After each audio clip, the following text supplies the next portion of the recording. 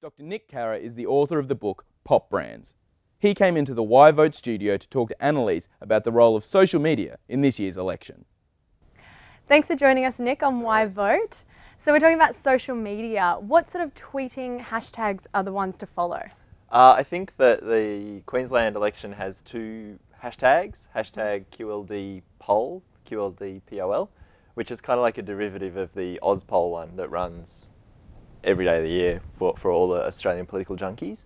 And then the other one is QLD votes, which is like a derivative of the Oz votes one, which has become the norm for nearly all federal elections, like NZ votes, you know, whatever. So, what about some fun, interesting accounts? Are there any politicians with interesting ones to follow? The most interesting Queensland account, for my mind, is the fake Can Do Campbell one. I think that's the one that's caused the most controversy because Campbell tried to get Twitter to give it to him back in the day when he didn't really, obviously, I don't think he quite understood how Twitter worked, so they didn't do that. So he's probably the number one fake tweet account in the election. Do you think these fake accounts, like, do they cause damage or are they just more fun and interesting? I think they're fun and interesting. I don't think they do damage to a political brand. What about Anna Bligh? Does she have any fake accounts in her name? Yeah, there are a couple of fake Anna Bligh accounts. I don't think they've got the same kind of following that Can Do's got, but there's fake Anna Bligh and Anna Lies and things like this. And there's also there's a fake Labor staffer account and an LNP insider account.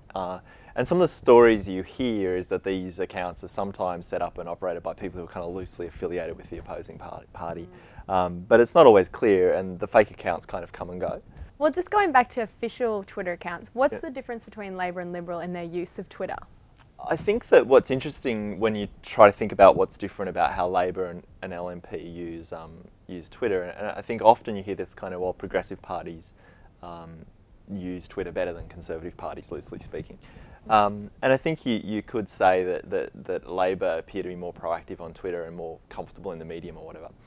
I think what's really going on there is that it's two different constituencies, and I think that Twitter is really not representative of the population. It's really dominated by kind of inner city educated progressives, and they tend to vote for Labor, Greens kind of parties.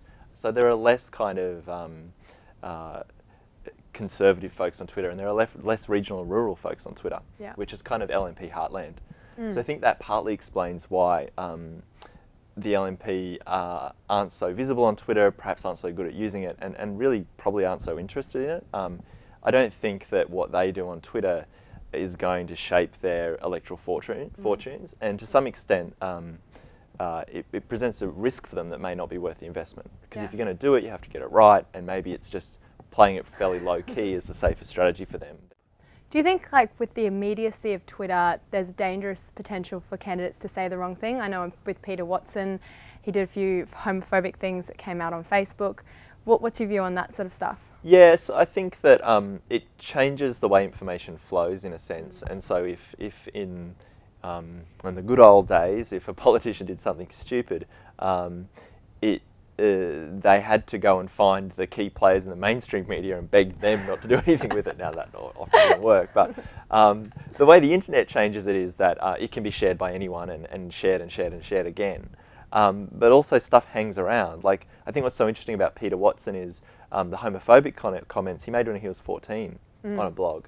And so now he's 19, it's sort of 5 years later, and so, you know, I think for many of us, the thought that things we said when we were 14 would be sort of dredged up in our adult life is kind of terrifying. But I think that we're going to see this more and more and more. Like, I mean, if I think about, like, people our age, by the time we start rising to the top of federal politics, or you know, or people of our generation are going for US president, there'll be a whole lifetime of stuff they did on the internet. Things they can dig up on us. Right. And the way the internet, I think, like, you know, for example, the Facebook timeline thing, I think a lot of people now, when they're turning that feature on, are realizing the kind of, just the length of that archive, you know. So I think that we're going to see more of that.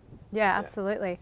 So for people who are just getting on Twitter, who would you recommend to follow right off the bat? It depends what you want to use Twitter for. But I think it's a good mix of the politicians, journos, and the commentators or the satirists or the snarky ones, I think, capture the vibe of Twitter. Twitter's kind of characterized by politicians trying to promote themselves, trying to promote the message of the day. So you see Anna Bligh trying to put out her announcements of the day on Twitter. You see Kate Jones in Ashgrove trying to repeat her kind of attacks on Campbell on Twitter. You see journos circulating the headlines of their stories. And then you see like the fake accounts and the political junkies doing their like snarky commentary.